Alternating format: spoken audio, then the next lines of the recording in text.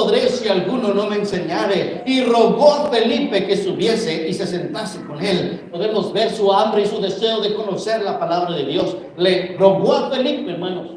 No le pidió solamente, sino que le rogó a Felipe que se subiera, dice la Escritura, que estuviera con él ahí en ese momento. Y dice la palabra de Dios en el verso 32. Dice, el pasaje de la Escritura que leía era este: como oveja a la muerte fue llevado, y como cordero, dice, mudo delante del que lo trasquila, así no abrió su boca. En su humillación no se le hizo justicia, mas su generación, ¿quién la contará? Porque fue quitado de la tierra su vida. Respondiendo el eunuco, dijo a Felipe: te ruego que me digas, ¿de quién dice el profeta esto? ¿De sí mismo o de algún otro?, preguntó a él.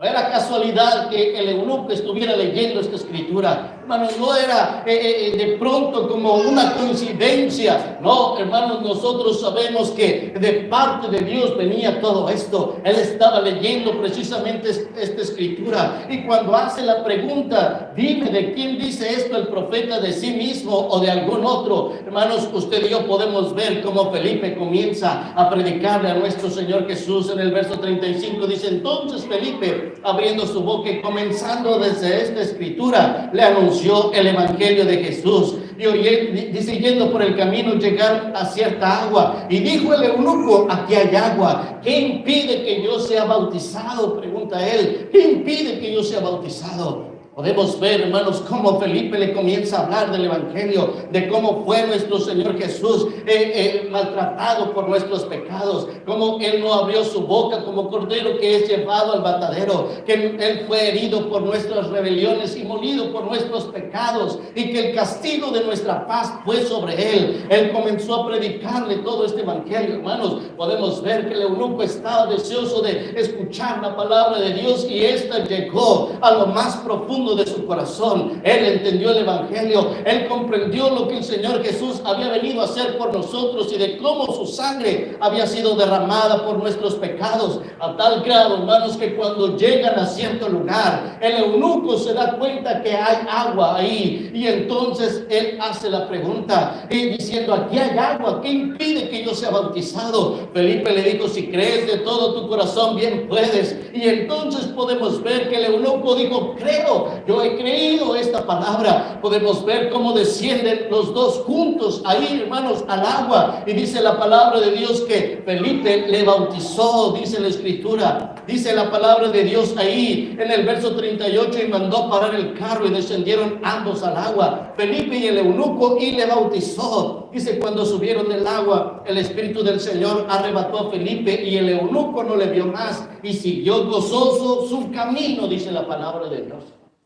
Sabe, hermanos, que usted y yo podemos saber que hay muchas personas como este eunuco que afuera desean conocer lo que usted y yo hemos conocido, conocer de la palabra de Dios, conocer, hermanos, quién de alguna manera puede cambiar las circunstancias de su vida, porque todos de alguna manera que hemos venido de este mundo sabemos que allá afuera, hermanos, solamente hay destrucción, solamente hay tristeza, solamente hay maldad, hermanos, y alguien necesita que se le hable la palabra de Dios. Pero para eso, hermanos, se necesitan hombres como Felipe que estén dispuestos a escuchar la voz de Dios que dice, levántate y ve. Habla esta palabra, levántate y ve al camino, aunque sea desierto, aunque sea solitario, aunque sea una alma, como dice la palabra de Dios. Era solamente aquel eunuco, hermanos, aquel etíope, pero dice la escritura que este hombre se bautizó y se fue por el camino gozoso. Y una vez le comenté, hermanos, que en uno de los lugares donde ha habido grandes avivamientos a través del tiempo es precisamente en Etiopía. ¿Sabe por qué? Porque había un hombre dispuesto a levantarse, a no quedarse en la comodidad, a no quedarse en la tranquilidad. No, había que levantarse. Y es que cada uno de nosotros, hermanos,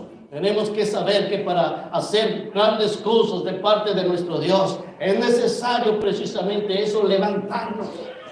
Muchas veces, hermanos, nos dejamos envolver por la circunstancia, nos dejamos tal vez llevar por el dolor o por cosas que sucedieron. Como podemos ver, la palabra de Dios nos habla que después de que el pueblo había salido de Egipto, de la esclavitud, cuando estuvieron